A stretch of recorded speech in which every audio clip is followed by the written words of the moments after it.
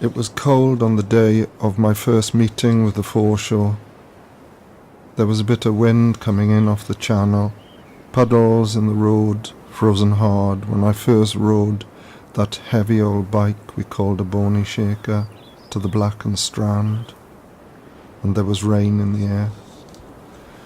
When we got there, we stood on a wreck of a small rusted ship, laying on its side while the brown tide rolled in on the rock-strewn shore, and we looked out on the channel, a grey-brown estuary, just as it had been in my childhood. Mountains of coal, worked by bulldozers, continually moved to prevent combustion, and the low dim din of Eastmoor steelworks. A ship churned its way in the distance, the slow boom of its engine carried through the afternoon, and gulls moving across water from Grassholm to feed in the city. Dawnlight, the first glimmering, standing at an Eastmoor's high point, waiting for conveyor belts to roll, the rattle and clanking as blended coal was delivered and poured into the blackness of the concrete silos, upturned cone, blackness on blackness. Watching the slag train curve and crawl out on the black track, grey and gleaming in falling rain, slowly making its way to the slag ponds, deep red molten slag poured, meets gathered water, the explosion, lifts and shoots in the light grey of the morning sky. A flock of gulls fragments. I watch the fluttering feathers fall.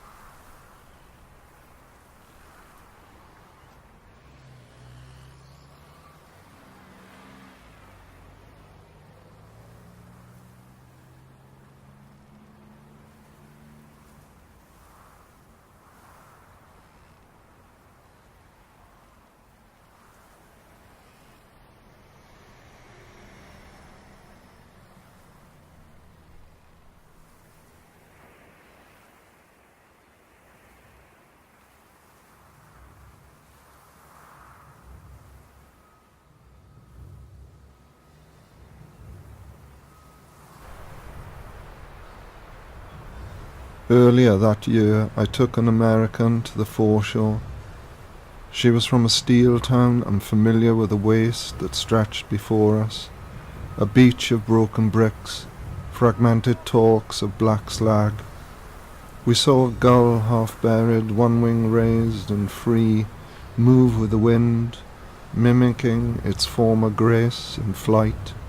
We saw it first from a distance and thought the gull lay injured, but flies wandered its empty eyes and open beak.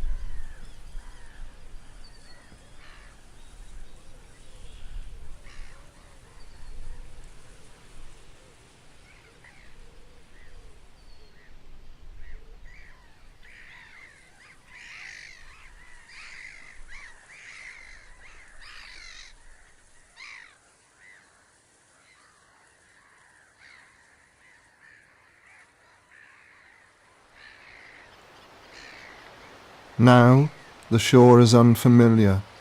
The absence of the steelworks, a vast industrial complex, the constant din and roar of machines. There is a silence now. Anonymous grey warehouses, Legoland factories spread out along ocean and drove away. Alder, willow, buddleia have taken over the shore's fringe. There is a kind of alchemy at work here. Whitmore, Griffithmore, Portmanmore, Eastmoors, the changing names and the forgetting, but always the constancy of the inflow and outflow, the semi-diurnal wash of brown water tides over the mudflats, the litter of history scored and broken with the swell surge of winter storms, black glass ovens, flux, blocks of iron scum, red bricks, yellow clay, refractory furnace bricks, thistle-stamped, Bonnybridge, Ayrshire, Coedely, Newport, Star, Bryn Ddu, South Rhondda. The mix of plastic waste, broken shell, black stone, iron strips wrapped and meshed in the broken concrete wall. The sea and sky merge in delineations of grey, muted and darkening. Low white clouds scud above green downs and the Severn's other side. A pair of shell ducks mating display, the oyster catchers call, and the mewling of immature seagulls on the water's edge, and the smell of the feeding grounds strengthens as the tide draws itself in.